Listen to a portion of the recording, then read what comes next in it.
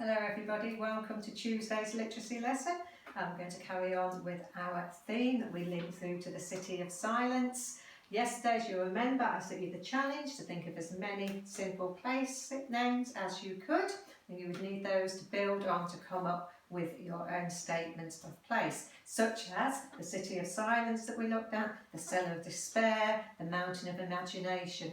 Now, before you can start making those combinations together, you're going to have to do a collection of abstract nouns. Now, you might be wondering what an abstract noun is. We're going to have a look at those in more detail in a moment. I just want to remind you of the 4 noun categories that we have. So let's have a look. Start with our most basic, the concrete nouns, and this is for the objects. So it would be things such as a ball, a table, chair, grass, pony, child. So it's that example of things that can be an object. The other category of nouns is the proper nouns. You'll know these as the names of places and people, and I'm sure I don't need to remind you, it has a capital letter for a proper noun every time. So we've got that name Sarah, Dr. Foster, country names Spain, town names Warsaw, always with that capital letter. Next we have collective nouns. Now, we looked at the word collect. That's to group things together, so you can have a collection of something. So collective nouns is when you have a group of something, such as a herd, a crowd, a gaggle, and a shoal. You may have heard of these before. Have a think for a moment. Do you know what each of these is? Okay, so a herd could refer to a group of cows, a herd of cows. A crowd, we have a crowd of people. A gaggle, this is an interesting one, it was like the sound of it, a gaggle of geese, and a shoal of fish. So these are your collective nouns. And then our big focus for today is those abstract nouns. Those are nouns that describe feelings, things that exist that you can't actually hold on to. So abstract nouns, I'm going to move it over here. Examples are love, hope, fear, dreams. So they're there, but you can't actually see it. And it's these abstract nouns that we're going to need to use to get our statements of place. So to do that, again, I set up some categories, just like we did the other day. Started with happy feelings and sad feelings. Okay, so we can have a feeling of hope, of love, joy, delight, friendship. We can go on to sad feelings, regret, pain, doom and dread. You really are worried about something happening. I'm going to add another couple of words to both of these. In our happy feelings, I haven't included the word happy here, okay, but you can feel happy. Happy is used as an adjective. You have the happy man. So we're going to change the adjective happy into a noun. And we can do that by adding ness on the end. So a feeling of happiness. So I'm going to pop that on here. Of happiness. The same with our adjective to describe something as glad.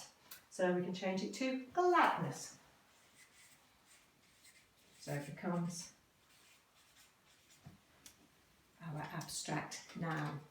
Now, sad feelings. Another one that I've thought of, despair.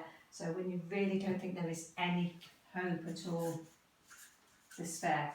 And I'm just going to include that because it's a great word, despair. And then I'm going to use this idea of taking an adjective, changing it into the noun. So the sad boy. We can change the feeling of sadness. So our noun, abstract noun, is sadness. If you're feeling really sad, it might give you that feeling of numbness. So that's a way you can come up with even more. Right then, let's get a little bit more magical. We're going to go into fantasy now. So if you remember when we first introduced, we talked about the mountain of imagination. Okay, so that could come into the fantasy, that imagination, or the maze of wishes. I've got wishes on here for fantasy. So we've got a curse, okay, so that's like a bad wish that somebody, usually the wicked queen or wicked witch in our fairy stories. A vision is when you see something appear. a dream, and of course not all dreams are good. It could be a nightmare.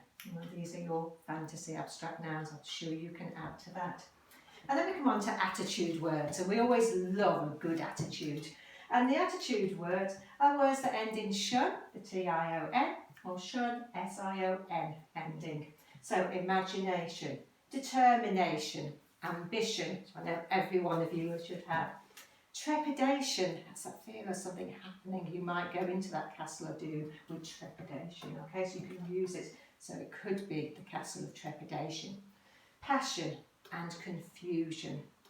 So this is a big list now of our abstract words. I want to challenge you to come up with some words that you're going to use tomorrow in Mr. Harris's literacy lesson. He's going to be continuing this with you. And you're going to start making those combinations for those really interesting places.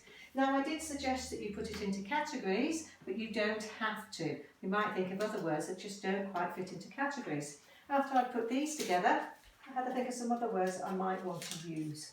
I had danger, truth, wisdom, and anxiety. So lots and lots of our abstract nouns. So get busy again today. Collection of abstract nouns. Again, onto a Word document.